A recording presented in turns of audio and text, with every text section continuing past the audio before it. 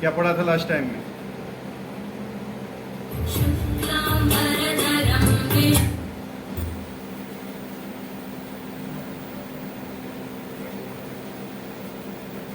पिछली बार क्या पढ़ा? हे पार्थ, मोह युक्त महात्मा जन दैवी प्रकृति के संरक्षण में रहते हैं, वे पूर्णतः भक्ति में निमग्न रहते, क्योंकि मुझे आदि तथा अविनाशी भगवान के रूप में जानते हैं। महात्मा जन के बारे में बताया गया था। महात्मा कौन होते हैं? कुछ लोग ऐसे बताए गए थे जो भगवान को जानते कि अविनाशी है, हमेशा रहने वाले हैं, आदि हैं, तो इसलिए उनकी पूजा करते हैं, ठीक है। लेकिन आज क्या बताया जाएगा? सततम कीर्तयन्तो माम यतन्तस्य दृढ़ता नमस्यन्तस्य माम भक्त्या नित्य युक्ता उपासते। ये महात्मा मेरी महिमा का नित्य कीर्तन करते हुए, दृढ़ संकल्प के साथ प्रयास करते हुए, मुझे नमस्कार करते हुए भक्ति भाव से निरंतर मेरी पूजा करते हैं। आज बताया महात्मा किसे बोला जाता है? भगवान किसको बोलते हैं? महात्मा कौन होते हैं? कोई बता सकता है अपना व्यू? महात्मा किसे बोला जाता है? हैं? महान आत्मा है। तो महान आत्मा किसको बोला जाएगा? हैं? ऐसे तो बहुत लोग होते हैं, बहुत जो महात्मा बुद्ध के हैं जो फॉलोअर्स, उनको भौतिक चीज़ में कोई लेना देना नहीं होता है। जो निर्विशेषवादी होते हैं, जो भगवान को निराकार मानते हैं, जो शून्यवादी होते हैं, वैराग्य, जो आदमी वैराग्य धारण करता है, इसका मतलब ये नहीं है कि वो भक्ति भी करता है, ठीक है। वैराग्य अलग चीज़ है, ठीक है। ज्ञान अलग चीज़ है, भक्ति अलग चीज़ है। महात्मा किसे बोला जाता है?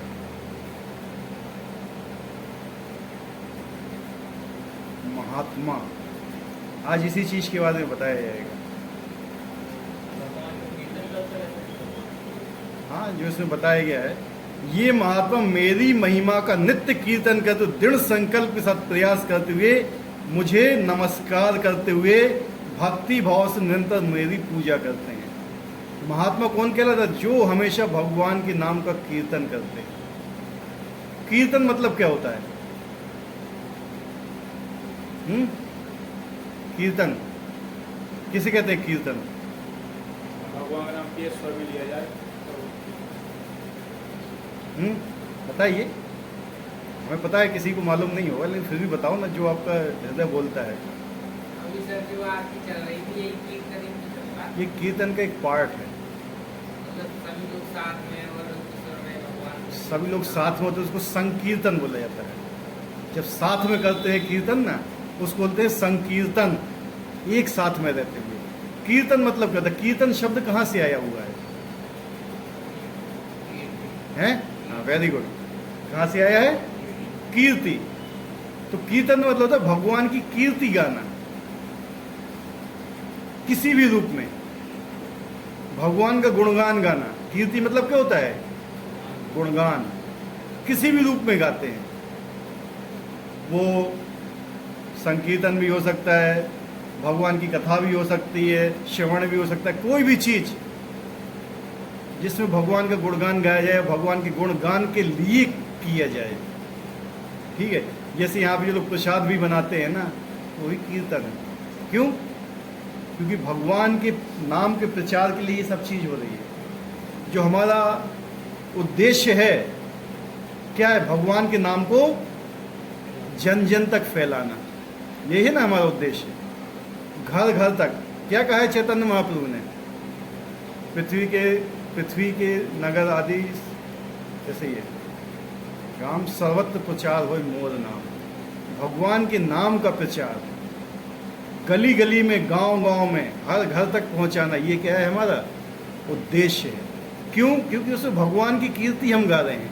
भगवान का नाम, भगवान का रूप, भगवान का यश, भगवान की लीलाएं, भगवान का धाम, भगवान के भक्त, इन सब के बारे में जब हम किसी दूसरे लोगों को बताते हैं तो उसको क्या बोला जाता है? कीर्तन।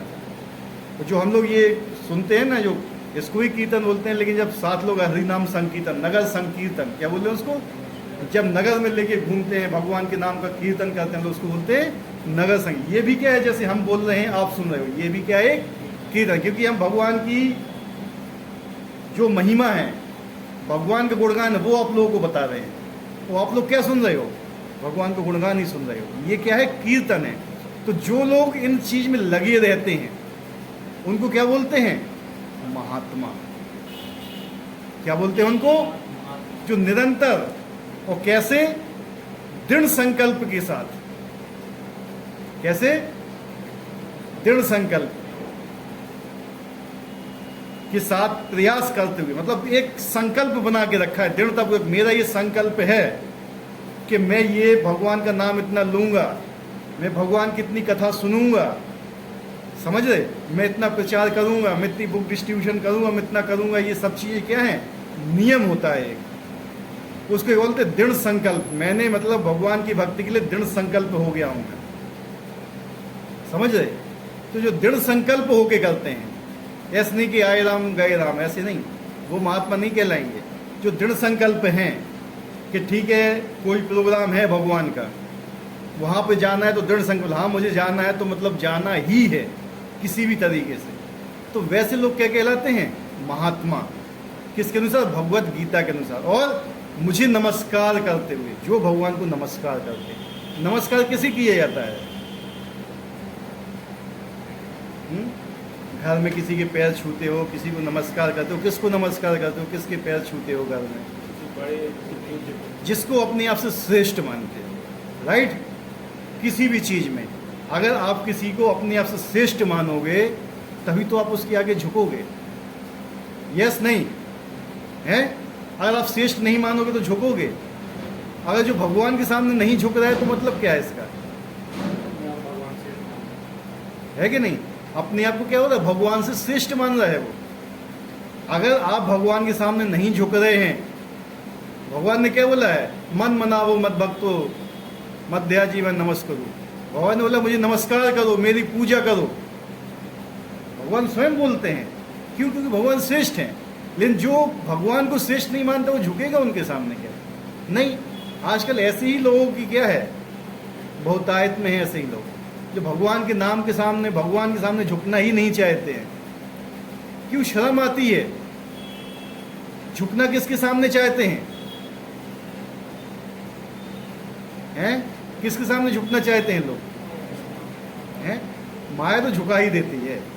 आप भगवान के सामने झुकोगे तो झुका देगी आपको, उसका तो एक ही है। अगर आप भगवान के सामने झुको और नहीं झुक रहे हो तो मैं तुम्हें पूरी दुनिया के सामने झुका दूंगी, और उसके सामने फिर तुम जीत नहीं पाओगे, ठीक है। तो या तो भगवान के सामने झुको या फिर माया तुम्हें झुका ही देगी। सब लोगों के सामने झुकते हैं लोग, लेकिन भगवान के सामने नहीं झुकते हैं। एक से एक बड़ा व्यक्ति जाके भगवान के सामने झुकता है। तो हमारे प्रधानमंत्री को ही देख लीजिए, झुकते हैं भगवान के सामने जाके। क्यों, क्योंकि मानते हैं श्रेष्ठ हैं। तो जब तक हम ये नहीं मानेंगे वो हमसे श्रेष्ठ हैं या हमारे परमेश्वर हैं, तब तक हम उनके सामने नहीं झुकेंगे। एक दिन में कितनी पुशअप्स लगाते हो, कितनी लगा सकते हो बताइए, एक दिन में पुशअप्स जानते हो कितनी लगा सकते हो, कितनी, बस है। श्री रघुनाथ भट्ट गोस्वामी थे, एक दिन में 3000 बार दंडवत करते थे। दंडवत एक दिन में 3000, और जीते किस पे थे, एक दोना छाछ पी के।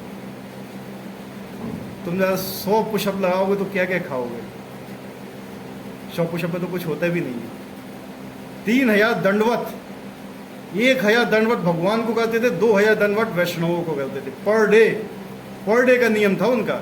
उसके बाद ही वो एक दोना छाछ पीते थे, ठीक है।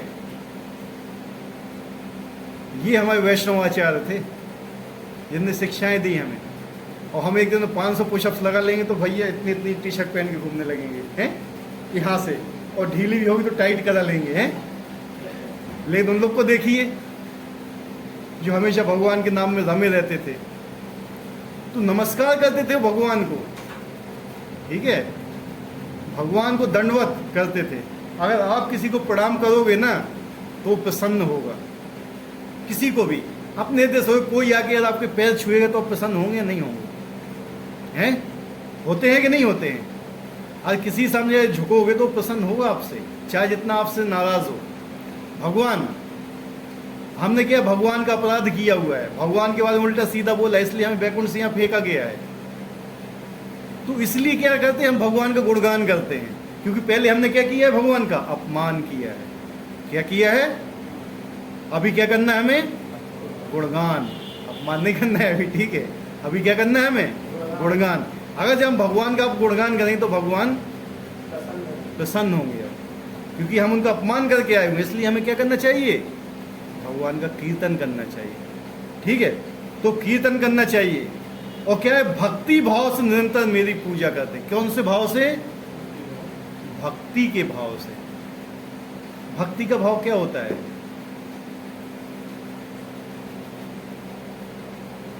प्रेम भाव से। अब प्रेम होता है, प्रेम। प्रेम शब्द का डेफिनेशन है कुछ? भक्ति, प्रेम, प्रेम से भगवान की सेवा कर रहे हैं। प्रेम एक ऐसी चीज होती है जिसमें व्यापार नहीं होता है, समझ रहे? लेकिन आजकल जो चलता है ना जमाने में, आजकल प्रेम नाम की कोई चीज है नहीं, व्यापार, केवल व्यापार होता है। प्रेम अगर आप भगवान से करते हो, ठीक है, तो भगवान के लिए 1 घंटा 2 घंटा 3 घंटा निकालने में कोई आपको दर्द नहीं होगा। एक माँ अपने बच्चे से प्रेम करती है, अपने पति से प्रेम करती है। एक पत्नी तो जितनी भी भयानक गर्मी हो, खाना नहीं बनाएगी क्या उसके लिए? और हस्बैंड अपनी पत्नी से प्रेम करता है तो चाहे जितनी गर्मी होगा उसके लिए काम करने नहीं जाएगा बाहर? बताइए, है कि नहीं? अगर हमें भगवान से प्रेम है तो क्या हम कुछ समय नहीं निकाल सकते भगवान की कथा सुनने के लिए, भगवान का नाम जाप करने के लिए? भक्ति भाव से, दिखावे के लिए लंबा तिलक धारण करना, धोती कुर्ता पहनना, ये सब भक्ति नहीं है।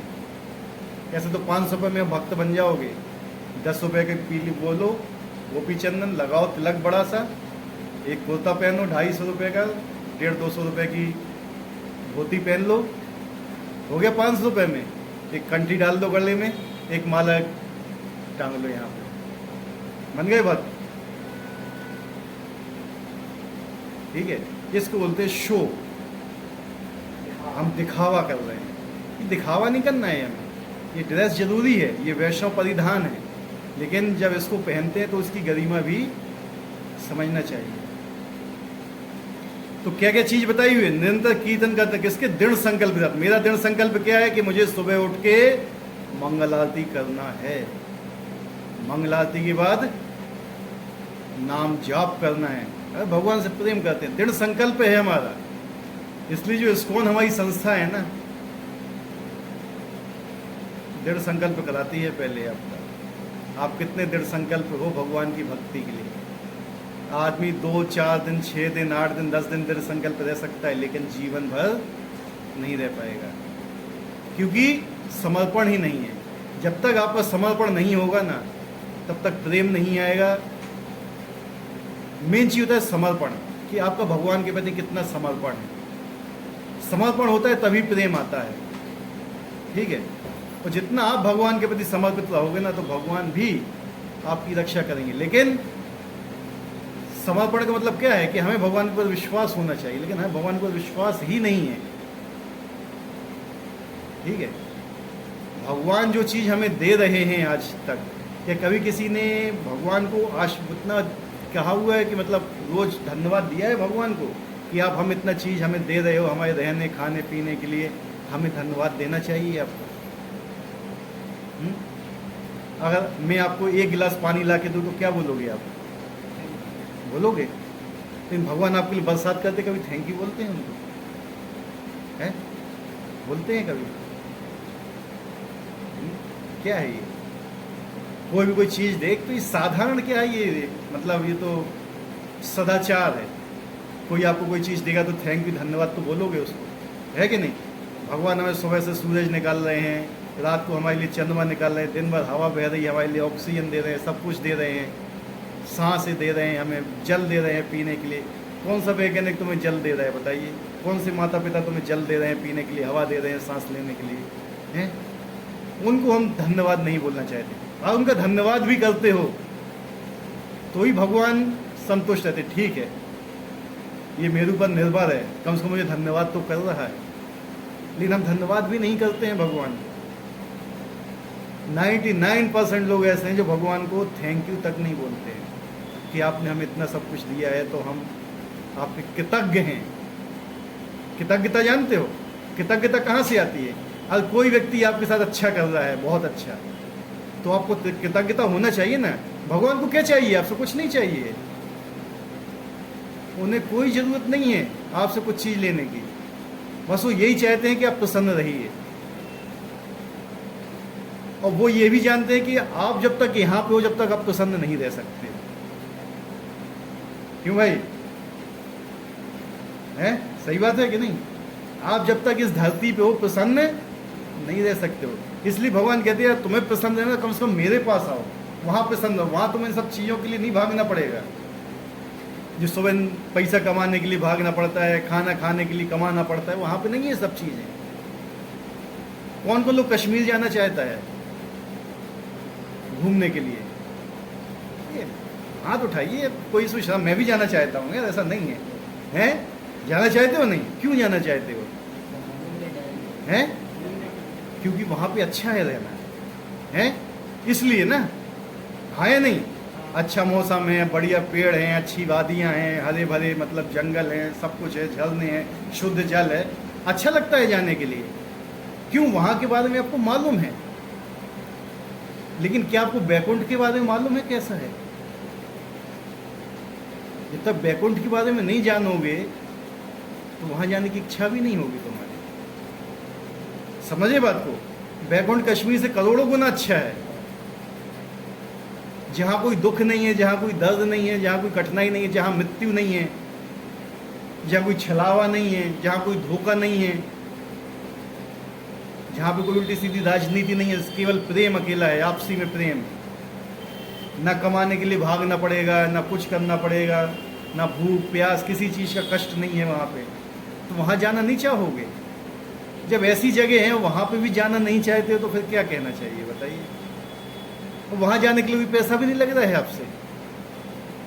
जाने का केवल एक ही है, भगवान कहते हैं मेरा नाम लो। क्या कलयुग में क्या है? केवल भगवान का नाम काफ़ी है, इससे ज़्यादा कुछ नहीं है। कोई बड़े बड़े यज्ञ कराने की जरूरत नहीं है। अभी हम आ रहे थे जब घर से, बहुत बड़ा पोस्टर लगा हुआ था, षठ चंडी महायज्ञ फलाना ठिकाना, ये पता नहीं तो 100 जनों के तो पोस्टर लगे हुए, 100 जनों की फोटो बनी हुई थी, फलाना ठिकाना ये हो, और ये यज्ञ वो यज्ञ फलाना यज्ञ ठिकाना यज्ञ।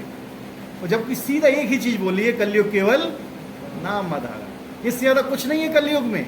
और केवल आप भगवान का ही नाम लेते रहे तो चले जाओगे। भगवान ने इतना इजी बना के रखा है। चैतन्य महाप्रभु ने क्या बोला हुआ है? हरे नाम हरे नाम हरे नाम है केवलम कलो नास्ते और नास्ते और नास्ते गति दन। कलयुग में नाम के अलावा कोई गति है ही नहीं, केवल नाम ही सफिशिएंट है। और नाम लेने में कितना पैसा लगता है ये बता दीजिए? जबकि वो षठ चंडी यज्ञ हो रहा है, यानी कितने 8-10 लाख रुपए खर्च हो रहे होंगे। नाम लेने में कितना पैसा खर्च होता है? भगवान का नाम ही तो लेना है। जरूरी नहीं है कि आप 16 माला ही कर रहे हो, नहीं। 16 माला कब जरूरी? जब आप दीक्षा लेने के लिए रेडी हो, दृढ़ संकल्प हो, तब 16 माला रिक्वायर्ड है आपके लिए। आपको दीक्षा नहीं लेना है, आप नहीं लेना चाहते हो, आप 1 माला करो, 2 माला करो, 3 माला करो, उस समय बंधन में नहीं है आप। लेकिन जिस समय आप 16 माला जाप करते हो तब गुरु बंधन में आता है। क्या?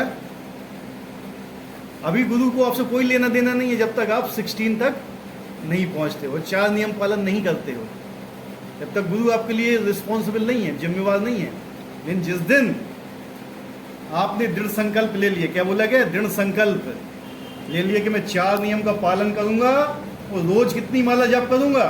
16। जब गुरु आपके लिए जिम्मेवार बनता है कि मैं तुम्हें लेके जाऊंगा। समझे बात को? इसलिए हम लोग किस चीज पे फोर्स करते हैं? कम से कम 16 तक आइए और एक दृढ़ संकल्प बनाइए कि हाँ हमें 16 करना ही है। वही 4 नियम का पालन करना है, तब तो आप दृढ़ संकल्प हो भगवत धाम जाने के लिए, अन्यथा आप यहीं पे खुश हो। ठीक है, तो यही चीज बताया जा रहा है कि भगवान का कीर्तन कौन लोग कर सकता है। उसके लिए सबसे बड़ी चीज क्या है, भगवान को नमस्कार करो, उनको दंडवत करो और एक अपना नियम बनाओ, नियम पूर्वक होता है। कोई कहते हैं कि हमारा मन करता है तो हमने नाम जाप कर लिया, अभी हमारा मन नहीं कर रहा है तो नहीं कर रहे हैं, नहीं। दृढ़ संकल्प है, एक नियम होना चाहिए, डिसिप्लिन होना चाहिए कि हमें रोज इतना माला जाप करना है, इतने बजे उठना है, उसके बाद ये माला जाप का नियम ही नहीं है आपका, तो क्या हुआ। कम से कम 90% लोग ये, मतलब बहुत 90 तो नहीं, कम से कम 60% लोग प्रेमानंद जी के लेक्चर सुनते हैं, है कि नहीं। कभी उनका वो लेक्चर सुना, कभी उनने किसी को बोला कि आप सूर्य उदय के बाद सो के उठो, है नहीं बोला ना। क्या बोलते हो कि 2:30 बजे सो के उठो, क्या बोलते हैं। और जो बंदा 2:30 बजे सो के नहीं उठ रहा है तो क्या उनको फॉलो कर रहा है। आप उनसे दीक्षा ले लो। दीक्षा मतलब क्या होता है कि गुरु के जो आपने वाक्य हैं उनको पकड़ लिया, दृढ़ संकल्प हो गए, आप गए उनके पास या किसी भी महात्मा के पास, हम बोल रहे हैं किसी भी भगवत भक्त के पास गए, आप दीक्षा लेने, आपने दीक्षा ले ली, उन्होंने अपना ठीक है आपको मंत्र दे दिए कि ये मंत्र करो आप, लेकिन आप उनके नियम का पालन नहीं कर रहे हो, तो मतलब क्या हुआ है, अपराध हो रहा है गुरु का। अगर आप गुरु के पास गए, चाहे वो कोई है, चाहे हमारे गुरु हों, चाहे प्रेमानंद जी महाराज हो, चाहे रमेश महाराज हों, चाहे पुंडरीक महाराज हो, कोई भी हो, कहीं पे कोई दीक्षा लेने जा रहा है जाए, लेकिन अगर वो उनके नियम पालन नहीं कर रहा है, तो अगर मैं इस्कॉन में भक्त हूँ, मैं इस्कॉन में दीक्षा लिया, इस्कॉन में बोला हुआ है कि आपको इतने बजे उठ के इतनी माला करना है, अगर मैं नहीं कर रहा हूँ, मैं सूर्योदय के बाद सो के उठ रहा हूँ, क्या हुआ, मैं गुरु की अवज्ञा कर रहा हूँ। कौन सा नाम अपराध है? तीसरा, गुरु की अवज्ञा। गुरु ने मुझे नियम दिया हुआ है, गुरु ने मुझे नियम दिया है 3 बार संध्या करना है। त्रिकाल संध्या होती है, कौन कौन जानता है त्रिकाल संध्या, जानते हो ना, त्रिकाल संध्या करना है। अब मैं त्रिकाल संध्या नहीं करता हूं तो गुरु अवज्ञा लगेगी ना। इसलिए ये चीजें हैं ना, बहुत वो होती हैं। हमने बहुत से लोगों को देखा हुआ है कि जो फैशन बनाने के लिए भीड़ की तरफ भागते हैं, जहाँ भीड़ जाती है ना, उनको कोई मतलब नहीं है कि हमें नियम पालन करना है, क्या करना है क्या नहीं करना। केवल क्या है, एक भीड़, ट्रेंड चलता है ना, जो ट्रेंडिंग आता है, जो देखा हुआ यूट्यूब में ट्रेंडिंग, किसके ज़्यादा फॉलो हो रहा है, किसके ज़्यादा लोग जा रहे हैं, हम भी उसी साइड चलते हैं। भक्ति ऐसे नहीं आती है, ये भेड़ चाल होती है। क्या होती है? भेड़ चाल देखी किसी ने, क्या होती है? अरे एक भेड़ कुएं में गिरी ना, सारी गिर जाएंगी कुएं में। एक भेड़ जा रही है, आप वहां एक डंडा लगा दो, एक भेड़ जंप करके निकलेगी, वो डंडा हटा लेना, सारी भेड़ जंप करके निकलेंगी वहां। ये भेड़ चाल होती है। वो देखती नहीं, वो ये देखती है कि मेरा आगे वाला कहाँ जा रहा है, चाहे गलत जा रहा हो चाहे सही है। केवल एक क्या है ना, एक ट्रेंड, मुझे मालूम कुछ नहीं है, लेकिन जहाँ भीड़ जा रही है बस वहीं चलना है हमें। ये चीज आजकल बहुत ज्यादा है, कलयुग में स्पेशली। तो इन सब चीजों से भी बचना पड़ता है। ठीक है, तो अगर आप दृढ़ संकल्प हो, क्या क्या नियम बताए जाते हैं शास्त्रों में, क्या क्या नियम जितने महात्मा बताते हैं वो आप करिए, उससे फिर आपकी भक्ति बढ़ेगी। प्रसाद ज़्यादा नहीं खाना है, कम भी नहीं खाना है, ज़्यादा नहीं सोना है, कम भी नहीं सोना है। ठीक है, ज़्यादा आलाप प्रलाप भी नहीं करना है, कम भी नहीं करना है। मतलब ये क्या मतलब बोलना चाहिए कि रेगुलेटेड लाइफ। भक्ति क्या है? रेगुलेटेड, नियंत्रित लाइफ है। आपने अपनी लाइफ में एक नियंत्रित कर दिया है। जैसे एक घोड़ा होता है ना, घोड़ा को बांध दिया जाता है, नियंत्रण में है आपकी लाइफ। जो शास्त्र के नियम है आप उनके अनुसार चल रहे हो, और शास्त्रों के नियम के अनुसार चलोगे तो। लेकिन क्या है, अगर हमारी लाइफ अनियंत्रित हो जाती है तब क्या होता है, तब गड़बड़ होती है। न्यूक्लियर रिएक्टर को कितने लोग जानते हैं? न्यूक्लियर रिएक्टर क्या होता है? परमाणु बम अलग होता है, न्यूक्लियर रिएक्टर अलग, जिससे बिजली उत्पन्न की जाती है। उसमें क्या होता है? उसमें क्या होता है? आप लोग साइंस के स्टूडेंट हैं? न्यूट्रॉन निकलता है ना हिट करने के लिए, तो न्यूट्रॉन भी क्या है, नियंत्रित होता है। क्या होता है? 1 न्यूटन निकलेगा, 2 ऑब्जर्व हो जाएंगे, फिर तीसरा न्यूटन बचेगा, फिर वो निकलेगा। इसी अगर वो अनियंत्रित हो जाए तो किस में हो जाएगा कन्वर्ट? वो बम में, फिर वो परमाणु बम बन जाएगा। इसी पर हमारी लाइफ है ना, जब तक नियंत्रित रहेगी हमारी लाइफ तब तक सही है, और जहाँ पे गड़बड़ हो गई, जहाँ पे हम उन चीज़ों से अलग हुए, वहाँ पे फिर हम केवल उत्पाद ही मचाएंगे, उसके ज़्यादा कुछ नहीं। उत्पाद जानते हो क्या होते हैं? जो मानव समाज के लिए गलत कार्य होते हैं वही करेंगे हम। इसलिए कहते हैं जो भक्ति के नियम पे नहीं चलते हैं, केवल ऐसे ही फॉलो करने लग जाते हैं, किसी दूसरे को देख के बिना कुछ नियम पालन करके, वो केवल उत्पाद ही मचाते हैं, उससे ज़्यादा कुछ नहीं करते हैं। ठीक है। सामान्य पुरुष को रबर की मोहर लगाकर महात्मा नहीं बनाया जाता है। एक स्टैंप लगा दिया भाई ये महात्मा है, ऐसा नहीं होता है। ठीक है। यहाँ पर उसके लक्षणों का वर्णन किया गया है। महात्मा सदैव भगवान कृष्ण के गुणों का कीर्तन करता रहता है, उसके पास कोई दूसरा कार्य नहीं रहता है। तो क्या बोलोगे तो फिर हम क्या करेंगे? हैं? यही बोलोगे ना, खाना कैसे खाएंगे, घर का काम कैसे करेंगे? Right wrong? आता है? वो कोई दूसरा कार्य नहीं करता है। बोला है ना ये चीज़ ना, क्योंकि नौकरी नहीं करोगे या घर का काम नहीं करोगे। आता है? मन में नहीं आता ये चीज़। Right wrong? तो क्या जो आप घर का काम कर रहे हो, क्या उसको कीर्तन में नहीं बदल सकते हो? एक स्त्री है जो घर में महिला है और वो भगवान के लिए प्रसाद बनाती है, वो भी कीर्तन है। अब बना किसके लिए रही है? लेकिन भगवान के लिए बना रही है, वो भी कीर्तन है। एक आदमी नौकरी जा रहा है, क्यों? क्योंकि अगर उससे धन आएगा मेरे पास तो मैं उसको भगवान की सेवा में लगाऊंगा। 100% नहीं, 1%, 2%, 3%, 4%, 5%, 10%, जितना भी 100% तो कोई लगा पिता भी नहीं। ठीक है। तो ये क्या हो जाएगा? एक कीर्तन हो जाएगा, भक्ति हो जाएगी ये भी। ठीक है। आप अपने घर को मंदिर बनाइए। क्या बनाइए? तो उसमें जो आप झाड़ू भी लगाएंगे ना, तो वो भी कीर्तन हो जाएगा। ठीक है। आप 8-10 बच्चे पैदा करिए, लेकिन अगर उनको भगवान का भक्त बनाएंगे ना, तो वही कीर्तन कहलाएगा। तो हर चीज को आपको इस दृष्टि से देखना है कि जो मैं चीज कर रहा हूं, क्या वो चीज भगवान की प्रसन्नता के लिए हो रही है अथवा मेरी प्रसन्नता के लिए हो रही है। कोई सा भी काम अगर आप सोचो करने के लिए, ये चीज पहले ध्यान दो, अगर मैं ये काम करूं तो इसमें किसकी प्रसन्नता है?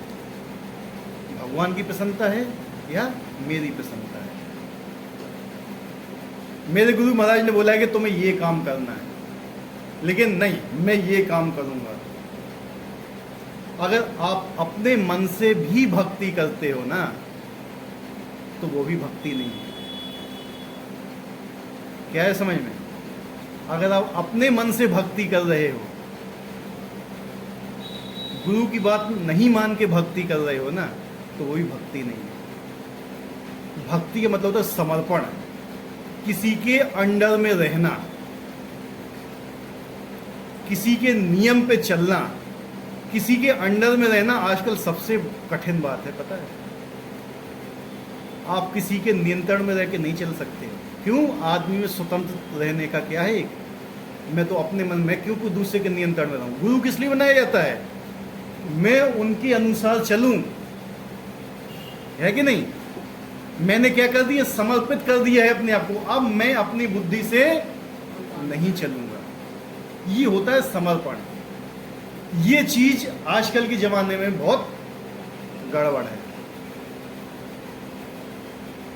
पति पत्नी के हिसाब से नहीं चलना चाहता है, पत्नी पति के हिसाब से नहीं चलना चाहता, इसलिए नीले डब्बे से डर लगने लगा है आजकल लोगों को ना, नीले ड्रम से। हैं? यही होता है ना। क्यों? क्योंकि हम किसी दूसरे के प्रति समर्पित होकर चलना ही नहीं चाहते। हमारे अंदर क्या है? एक ईगो है। मैं स्वतंत्र रहना चाहता हूं, मेरी भी तो जिंदगी है, मुझे भी तो जीना है, मुझे भी जीने का अधिकार है, मेरी भी कुछ स्वतंत्रता है। ये क्या है? आज हमारे अंदर ये चीजें भरी गई हैं दिमाग में। बच्चे माता पिता के हिसाब से नहीं चलना चाहते हैं। ठीक है। शिष्य अपने गुरु के हिसाब से नहीं चलना चाहते हैं। यही आजकल का ट्रेंड चल रहा है, ठीक है। और वो हमारे दिमाग में क्या है, अंदर तक घुसा हुआ है, इसलिए हम दूसरे के समर्पित होकर नहीं रहे। और भगवान ने क्या बोला है गीता में, सर्व धर्मान परित्यज्य मामेकम शरणम व्रज, मेरी शरण में आओ, मेरे अनुसार चलो। और भगवान की शरण में तो हम जा नहीं सकते हैं डायरेक्ट, तो क्या है, जो उनके द्वारा गुरु परंपरा में जो आए हुए हैं, आचार्य आए हुए हैं, उनकी शरण में तो जाओ, उनकी शरण में जाओ, फिर उनके अनुसार चलो, ठीक है। अगर आप उनके अनुसार चल भी रहे हैं ना, तो ही भगवान आपसे प्रसन्न है। दीक्षा जो होती है क्या होती है, फॉर्मेलिटी होती है। क्या होती है, हम उसमें कसम खाते हैं अग्नि के सामने, भगवान के सामने, वैष्णवों के सामने, दिशाओं के सामने, कि मैं ये दृढ़ संकल्प लेता हूं कि जो मेरी गुरु की आज्ञा है मैं आज जीवन उसका पालन करूंगा। अब किसी ने बोल दिया कि ठीक है तुम्हें रोज सुबह 4:30 बजे उठ के मंगल आरती करना है, और आप 8 बजे तक सो रहे हो, 9 बजे तक सो रहे हो, तो दीक्षा नहीं है, आप गड्ढे में जा रहे हो। तो ये चीज समझिए, इसलिए दृढ़ संकल्प यहां पे बोला गया है।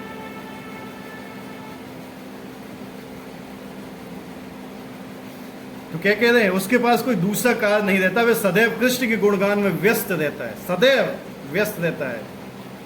प्रहलाद महाराज जी को कौन कौन जानता है, प्रहलाद महाराज को जानते हो ना सब जन, प्रहलाद जी को। प्रहलाद जी किसके लड़के थे, दैत्यराज हिरण्यकश्यप, ठीक है। उनके पूरे साम्राज्य में कौन लोग थे, दैत्य राक्षस, केवल अकेले वो थे। वो ये सोचते रहते थे हमेशा भगवान के नाम का कैसे प्रचार करूं। 5 साल के बच्चे, वो टाइम देखते थे कि जिस समय मेरे जो वो 2 हैं ना, उनके गुरु कौन थे, शंड और कुशंड, ऐसे ही नाम था कुछ उनका, वो कब लंच के टाइम में घर जाए खाना खाने, कब मैं बच्चों को पकड़ूं, वो यही सोचते थे। तो जैसे ही वो लंच करने जाते थे ना, दोनों गुरु ये सब बच्चों को लेके उनको हरि का नाम प्रचार करते थे। कई गुण हमारे अंदर है, हमें भगवान के नाम के प्रचार के लिए इतना उत्सुक होना चाहिए, समय निकलना चाहिए कि कब कोई मिले और हम भगवान का नाम बताएं उनको। भगवान ने यही बोला है, चैतन्य महाप्रभु का यही आदेश है, हमारे आज्ञा गुरी होई तारे ही देश, मेरा नाम सबको बताइए, तो उस देश का तारण करो। मेरी आज्ञा है, किसकी आज्ञा है, भगवान चैतन्य महाप्रभु। क्या कहते हैं, हमारे आज्ञा गुरु होए, तुम गुरु बनो। गुरु कौन होता है, भगवान चैतन्य महाप्रभु ने बोला हुआ है, ना ब्रह्मचारी, न ग्रस्त, न सन्यासी, न वानप्रस्थ, कोई गुरु नहीं है। लेकिन जो कृष्ण के तत्व को जानता है, कृष्ण कौन है, वही गुरु होता है। अगर आप कृष्ण के बारे में जानते हो, कृष्ण कौन है, आप गुरु हो। और जो आप बताना चाहते हो, एक छोटी सी बच्ची थी 3 साल की, रूपा जी के समय, तो जो भी लोग मंदिर आते थे उनसे एक ही चीज पूछती थी वो, आपको पता है भगवान कौन है? वो कहते नहीं, कृष्ण भगवान है, बस इतना बोलती थी वो। और प्रभुपाद जी उससे बहुत खुश रहते थे, ये सच्ची भक्त है। क्यों? जितना उसको मालूम है ना उतना वो बता रही है। उसको मालूम है कृष्ण भगवान है और हमें उनकी पूजा करना चाहिए, वो बता रही है, तो वो श्रेष्ठ है।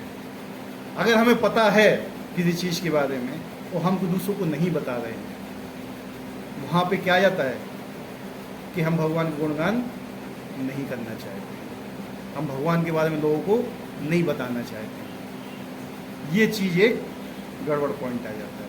यानी हम खुद गुरु नहीं बनना चाहते, हम स्वयं चैतन्य महाप्रभु की आज्ञा का पालन नहीं करना चाहते। प्रभु जी जैसे नियम में बताया गया है, अज्ञानी व्यक्ति को भगवान के बारे में बताना, भगवान के बारे, भगवान की महिमा को नहीं बताना चाहिए। नवाब क्या है अपराध है? अश्रद्धालु के सामने हरिनाम की महिमा, किसको? महिमा को। राम राम तो बोल सकते हो ना, कृष्ण कृष्ण बोल सकते हो, हरे कृष्ण बोल सकते हो, काफ़ी है। आजकल क्या बोलते हैं? गुड मॉर्निंग, हाय। हाय मतलब क्या? जब कोई रोता है तो क्या बोलता है? हाय हाय बोलता है ना, बोलता है ना। आजकल ये चल गया हाय। पहले जब लोग सफ़र में जाते थे ना, सफ़र में राम राम करके जाते थे लोग। क्या करते थे? राम राम। भगवान की मंत्र पढ़े जाते हैं, हमारी रक्षा करना, हम जा रहे हैं। आजकल क्या बोलते हैं, बाय। तो क्या होते हैं, एक्सीडेंट होते हैं। क्यों? राम का नाम ही नहीं लेना चाहते हो। हाय बाय फलाना ठिकाना, पता नहीं क्या कहाँ की ये आ गई है। वो आजकल नाम भी लगते हैं ना बच्चों का। पहले क्या नाम रखा जाता था, राम श्याम घनश्याम रखा जाता था भगवान के नाम के ऊपर। आजकल क्या है, टिंकू मिंकू फलाना ठिकाना, क्या है ये है? इसका मतलब क्या होता है? ये मतलब उल्टे सीधे नाम। तो क्या होता है, मरते समय क्या आएगा नाम है? अब बच्चे का नाम भी याद है। अजामिल का क्या था, अजामिल ने अपने बच्चे का नाम नारायण रखा था। यमदूत दिखाए तो किसको पुकारा उसने? नारायण को थोड़ी बुलाया था, उसने किसको बुलाया था? अपने बच्चे को बुलाया था नारायण। लेकिन नाम तो निकल गया ना मुंह से, बच गया। इसलिए लोग क्या कहते थे, अपने बच्चों का नाम रखते थे भगवान के नाम के। मृत्यु सामने नहीं का नाम अगर हमें याद आ गया तो हम कल्याण हो जाएगा। लेकिन तुम्हें टिंकू पिंकू याद आया तो भैया तुम सीधे नरक नहीं जाने वाले हो, कहीं नहीं जाने वाले। इसलिए इस्कॉन में क्या है ना, जितने भक्त होते उनका नाम बदला जाता है, उनको भगवान का नाम दिया जाता है। क्योंकि यार गुरु को अपने शिष्य का भी नाम याद आ गया ना। अगर हमें अपने साथी का भी नाम याद आ गया कि भैया इसका ये नाम है, इसका दीक्षित नाम है, तो भी कल्याण है हमारा। ठीक है, तो ये चीजें होती हैं। दूसरे शब्दों में निर्विशेषवादी नहीं होता। निर्विशेषवादी क्या होता है? वो गेट खोल दो या बाहर की हवा आएगी। और ये वाला भी खोल देना जरा।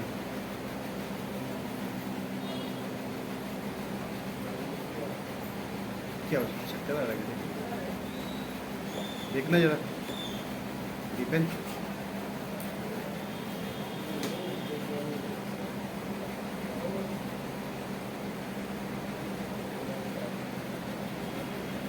जब गुणगान का प्रश्न उठे तो मनुष्य को चाहिए कि वे भगवान के पवित्र नाम, उनके नित्य रूप, उनके दिव्य गुणों तथा उनकी असामान्य लीलाओं की प्रशंसा करते हुए परमेश्वर को महिमान्वित करे।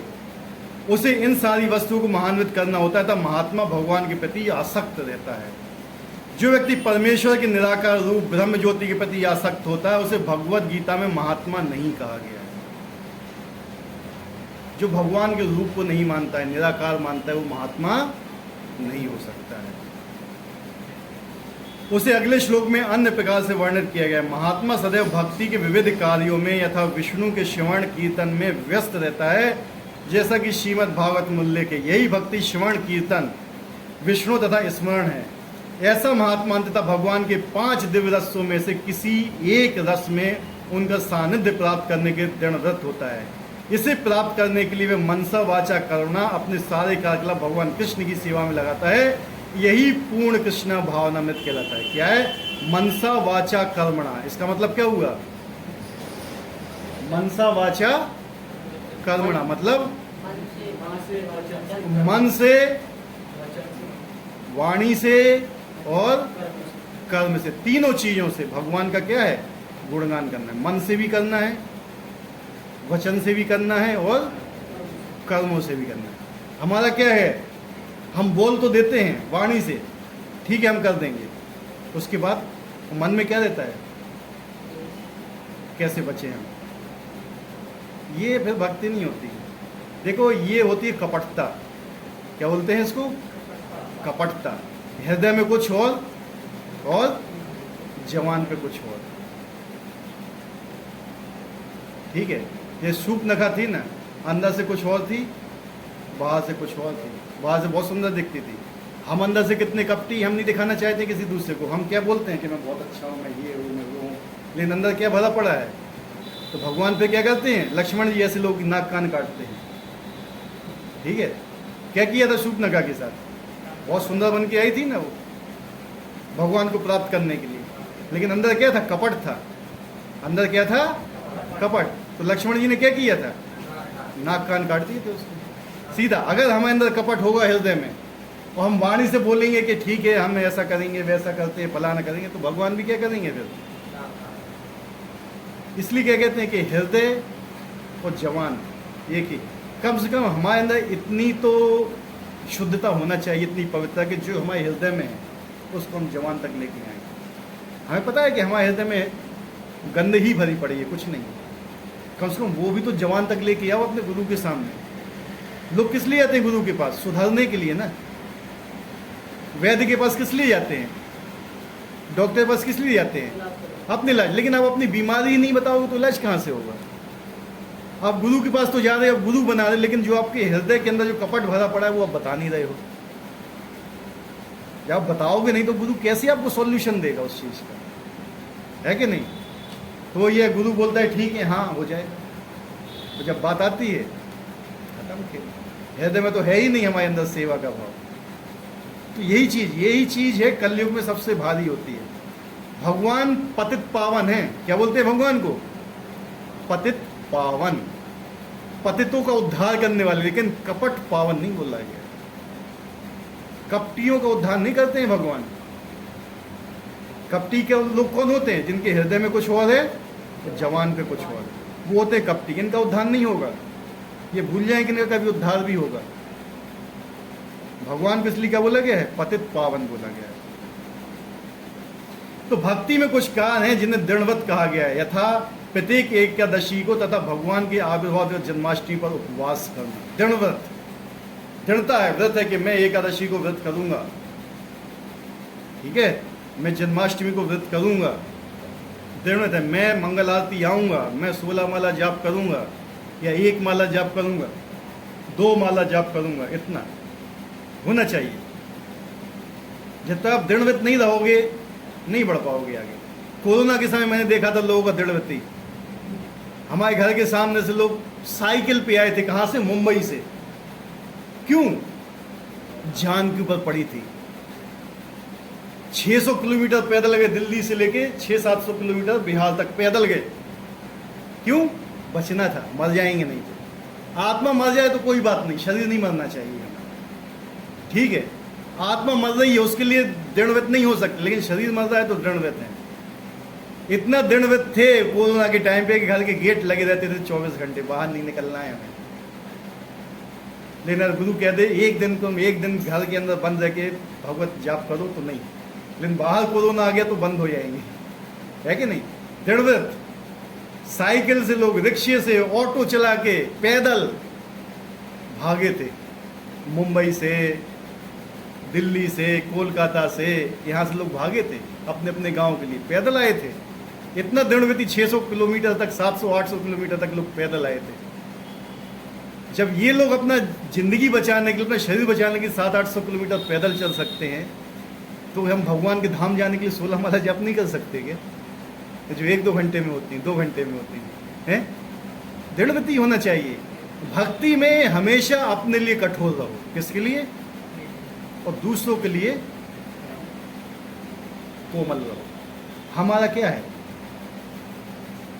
इसका उल्टा होता है। ऐसा हम दूसरे प्रति कठोर हो जाते हैं, लेकिन अपने प्रति नर्म रहते हैं। लेकिन भक्ति में क्या है? अपने लिए आपको कठोर होना है। मेरे से ये नियम पालन करना, मुझे मुझसे हो क्यों नहीं रहा है, मुझे करना है, करना है, लगे रहो आप। क्या बोला गया? कबीर जी ने क्या बोला था? कौन सा श्लोक था वो? करत करत अभ्यास के जड़मती हो सुजान, रस्सी आवाज जाटले सिल पर पलट निशान। रस्सी के आने जाने से भी पत्थर में निशान पड़ जाता है, ठीक है। ये तो भगवान की माला है यार, ठीक है, भगवान वश में हो जाएंगे। लेकिन हमें दृढ़ होना चाहिए अपने नियम के प्रति। जैसा कि इसी अध्याय के द्वितीय श्लोक में कहा गया कि ये भक्ति न केवल सरल है अपितु इसमें सुख पूर्वक किया जा सकता है, इसलिए कठिन तपस्या करने की आवश्यकता नहीं पड़ती। मनुष्य सक्षम गुरु के निर्देश में इस जीवन को गृहस्थ, सन्यासी, ब्रह्मचारी में रहते हुए भक्ति में बिता सकता है। वे संसार में किसी भी अवस्था में कहीं भी भगवान की भक्ति करके वास्तव में महात्मा बन सकता है। भक्ति सबसे सरल है।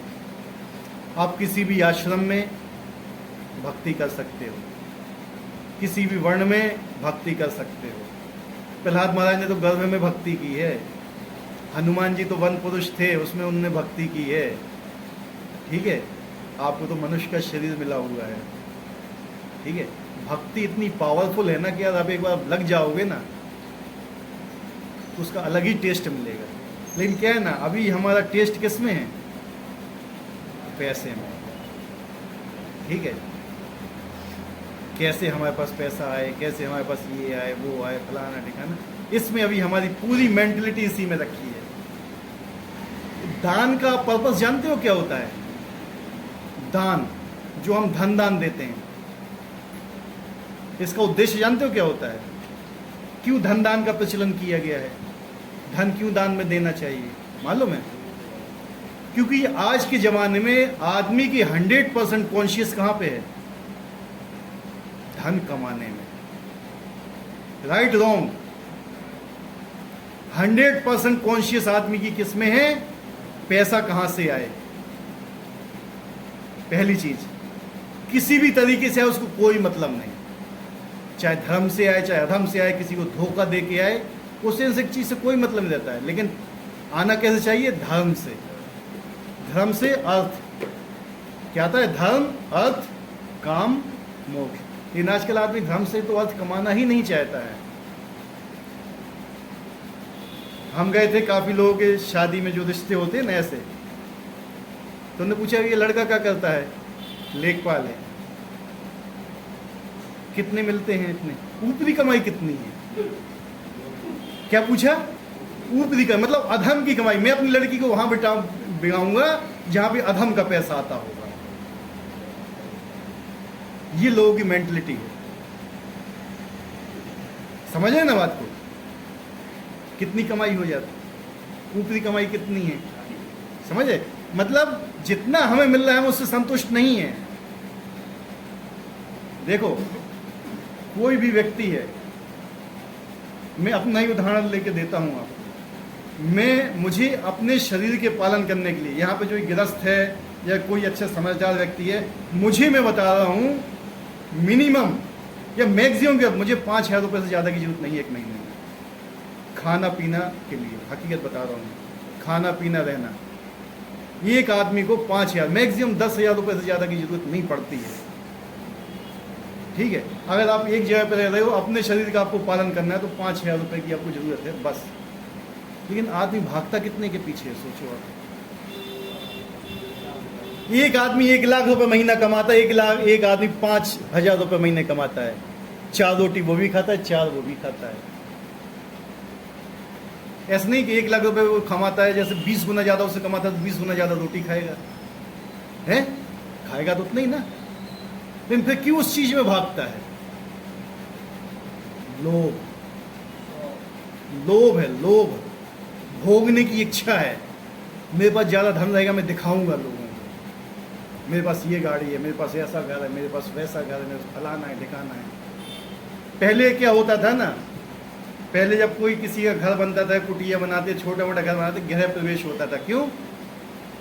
क्योंकि सबसे पहले भगवान का संस्कार होना चाहिए घर में प्रवेश करते। आजकल गृह प्रवेश किस लिए होता है? कि मैंने कैसा घर बनाया हुआ है, मेरे घर में क्या क्या फैसिलिटीज़ हैं, मैंने घर में कौन सी टाइल्स लगाई हो, मेरे जो लैट्रिन की वो है, जो कोमोड है, वो कौन सी कंपनी की है, मेरे घर में जो वो लगा हुआ है शावर, वो कौन सी कंपनी का है, मेरे घर में गीज़र कौन सी कंपनी, पंखे कौन सी कंपनी की लगी। ये लोगों को दिखाने के लिए बुलाते हैं। उन्हें और किसी से मतलब नहीं रहता है कि भगवान का कुछ होना चाहिए नहीं होना चाहिए, लेकिन बुलाते इसलिए हैं, सब लोगों को बुलाते हैं। देखो कि मेरे अंदर कितनी संपन्नता है। समझ रहे बात को? लोगों की कॉन्शियस कहाँ तक चेंज हो गई है। शादियों में क्या होता था? शादी में जो रिश्तेदार बुलाए जाते थे, किस लिए बुलाए जाते थे? केवल आशीर्वाद देने के लिए। बिल्कुल सही बोला। एक आशीर्वाद देने के लिए गवाह के रूप में, इसके लिए प्रत्यक्ष के, हाँ ठीक है हमने अपनी बच्ची या अपने बच्चे की शादी की है, उसके प्रत्यक्ष के रूप में उनको बुलाया था कि आए वर वधू को आशीर्वाद दें, अपनी इनकी मतलब आगे की लाइफ जो आने वाली है उनके लिए आशीर्वाद दें कि अगले की लाइफ इनकी अच्छी तरह से कटे। आजकल शादियों को क्या बना लिया गया है? हमारी शादी में 51 तरीके का खाना बना हुआ है, 51 डिशेस थी। और जब पहले खाना बनाया था किस लिए बनाया जाता था? कि जो लोग आशीर्वाद देने आ रहे हैं कम से कम वो भूखे ना रहें, यहाँ से चले जाएं खाना खा के। तो नॉर्मल उनके लिए रिफ्रेशमेंट होता था। आजकल क्या हो गया? किसी को नहीं पता मतलब है कि भैया वहाँ पे कोई आशीर्वाद दे ना दे, कोई मतलब नहीं है एट ऑल। वो आजकल क्या बना लिया लोगों ने? जाओ भैया खाना खाओ, व्यवहार लिखाओ, पता नहीं कब हो रही माला, कब हो रही जयमाला में कोई मतलब नहीं, चलो भैया दूसरे में चल रहे हैं भाई। क्या है ये, क्या बना के रखा है लोगों ने? ये हमारे संस्कार नष्ट हो रहे हैं ऐसे। ठीक है, आशीर्वाद देने के लिए होता था, आज लोगों ने उसको शो ऑफ कर लिया। इसलिए तो क्या ऊपरी कमाई कितनी है, कितने ऊपर को कमा ले, किस लिए? हराम की कमाओगे वैसे ही निकल जाएगा। कुछ पैसा कमाओ इज्जत से, ईमानदारी से, उसमें कुछ भगवान की सेवा में लगाओ, अपनी सेवा में लगाओ और भगवान का भजन करो। सादा जीवन, उच्च विचार, जितना हो सकता है। मतलब मैं भी भूखा ना रहूं और साधु भी भूखा ना जाए, दैट्स ऑल। कितना है? लोग आजकल 10-10 घंटे ओवर टाइम करेगा, होता है, वो कहो 1 घंटे भगवान का भजन कर लो, तो नहीं करना है। ओवर टाइम करेगा, क्यों? पैसे के प्रति कॉन्शियसनेस है, क्या मैं ओवर टाइम ज़्यादा करूँगा तो पैसा ज़्यादा मिलेगा। वही ज़्यादा ओवर टाइम करता है, सोता नहीं है, तरह तरह की बीमारियाँ आती हैं शरीर में। और जो पैसा ओवर टाइम में जो कमाता है वो किस में चला जाता है? इलाज में। खत्म काम। वो एक चक्कर बना हुआ है सीधा, वो जाता है डॉक्टर के पास, पैसा सीधा, वो रहता नहीं है उसके पास, क्योंकि आप भगवान से द्वेष करके वो टाइम वेस्ट कर रहे हो केवल। अगर प्रभु जी कोई अधर्म की कमाई करा के भगवान का लगा रहती है, गलत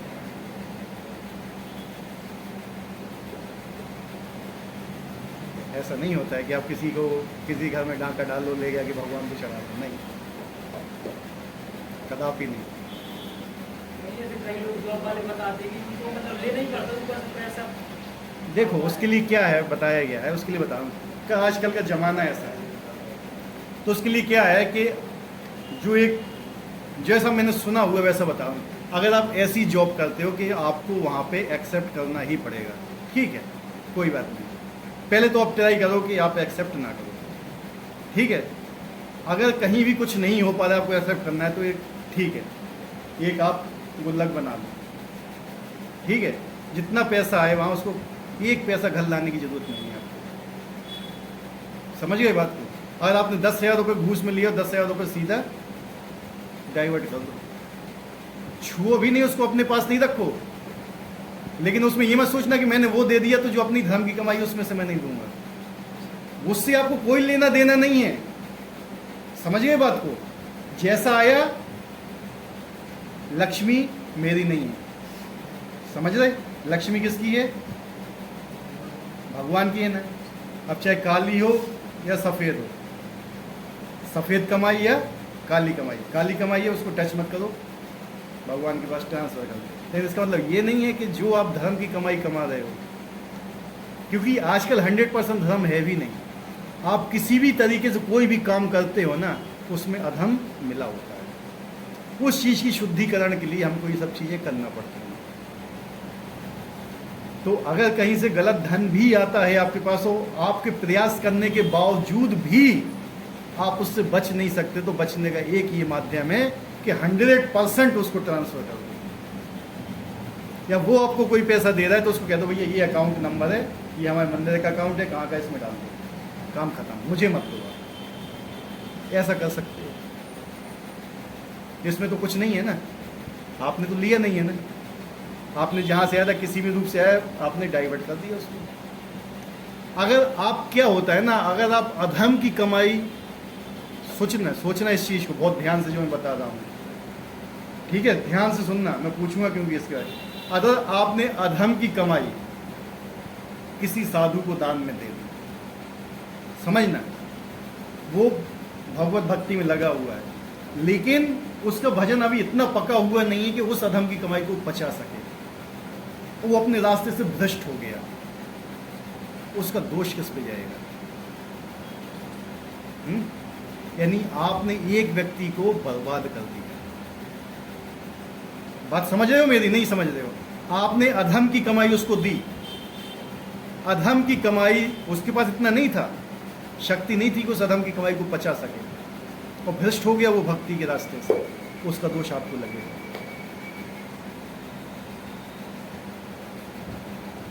इसलिए कहते हैं अगर ऐसा पैसा आता भी है तो अपने भोग में मत लगाना कभी उसको, क्योंकि आजकल की जो है ऐसा ही है।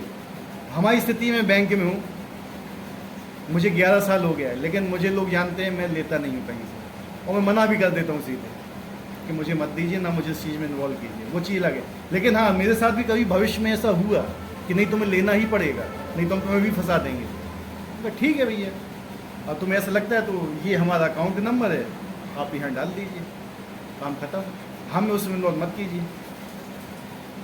हम मना भी नहीं कर रहे हैं तुम्हें, और हम बचे हुए भी हैं। समझे ना बात को, दोनों चीज़ें हैं। लेकिन अगर आप ये सोचते हो कि मैं अधम की कमाई कमा के भगवान को लगा दूंगा, तो कभी ना कभी हृदय में ये आता है मैं पूरी नहीं लगाऊंगा। समझे बात को, समझ रहे ना। लेकिन जिस समय आप पूरी लगाओगे ना, उस समय एक ना एक आपके मन में ख्याल जरूर आएगा मैं ले क्यों रहा हूँ यार। समझ रहे क्या, जब मैं ले क्यों रहा हूँ, जब वो मेरे इस्तेमाल में नहीं आई तो मैं ले क्यों रहा हूँ इस चीज़ को, हैं, उससे शुद्धि होती है। तो ये चीज़ ध्यान में रखना। नंबर 2 की कमाई बहुत आती है, और मैक्सिमम जो आजकल चलते हैं ना, जो बड़े बड़े मंदिर वगैरह हैं या बहुत जगह से, नंबर 2 की कमाई बहुत आती है। इसलिए क्या है ना, आजकल जिन साधुओं की भक्ति, जो साधना अच्छी नहीं होती ना, भ्रष्ट हो जाती है, इसलिए पकड़े जाते हैं, यहाँ पकड़े गए, ये स्कैंडल, वो स्कैंडल, फलाना ठिकाना, क्यों होते हैं? क्योंकि आपके भक्ति तो है नहीं, लेकिन जहाँ से वो आई है, क्योंकि अगर हम किसी को दान देते हैं तो हम उसको अपना कर्म देते हैं। क्या देते हैं? कर्म। आप पैसा नहीं दे रहे हो उसको, अपने कर्म दे रहे हो उसको। जिस कर्म से आपने कमाया है ना, उस कर्म को वो भोगेगा, आप नहीं भोगोगे। अगर आपने किसी आदमी का हत्या करके और 10,000 रुपये कमाए हैं ना, और 10,000 आपने साधु को दे दी, उसको नहीं बताया कि मैंने हत्या किया है, हत्या का उसको फल भुगतना पड़ेगा। तुम तो बच गए। ऐसा नहीं कि तुम्हें नहीं लगेगा, तुम्हें तो लगेगा ही, साथ में वो भी भुगतेगा। ऐसा नहीं सोचना कि भैया मैं 10,000 के मर्डर कर देता हूँ, साधु को दे देता हूँ तो मैं बच गया। नहीं, आप भी उतने ही गुनहगार हो, लेकिन जिसने उस कर्म का फल लिया वो भी उसको भोगेगा। ठीक है। तो साधु की क्या विशेषता होना चाहिए इसमें? जब भी साधु या हम किसी से कोई भी चीज लेते हैं या किसी से धन दान लेते हैं, तो कभी उसको अपने लिए इस्तेमाल मत करना। किसके लिए? अपने लिए। लेना किसके नाम पे? तो बांटना किसके नाम पे? भगवान के प्रसाद के नाम पे। कभी भी अपने लिए इस्तेमाल मत कर लेना, जब तक आप पूर्णतः 100% समर्पित नहीं हो। और 100% समर्पित हो तो आपको उतना ही लेने का दिया है जिसमें आपका जीवन सर्वाइव हो सके।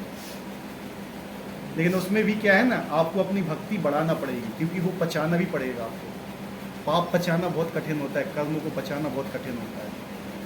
तो जो आदमी 100% समर्पित होता है, वो भगवान के नाम का जाप करता है, जो भी वो फिर बाहर से लेता है ना दूसरों के, पचाने की शक्ति भी होना चाहिए। ठीक है। आपको पता है आप गलत कमाई खा रहे हो, तो वैसा भजन भी आपका फिर होना चाहिए कि वो भजन उसको पचा सके। नहीं तो क्या होगा, दस्त लग जाएंगे। ठीक है। इसलिए बीमारियां होती हैं, फिर गलत चीज़ों में फंसोगे, कहीं स्कैंडल में फंसोगे, कहीं इसके साथ फंसोगे, कहीं उसके साथ फंसोगे, कहीं पता चला गया उसने इतना गमन कर दिया, वो ये लेके भाग गया, वो ये लेके भाग गया, बस खत्म किया। यही होता है। तो इसलिए क्या है ना, दृढ़व्रत होके साधना करो। तो आज एक ही श्लोक करते हैं। ठीक है। प्रभु जी ने मैसेज भेजा था, आज प्रभु जी को फ़ोन नहीं करेंगे, तो मेरे पास रिकॉर्डिंग है।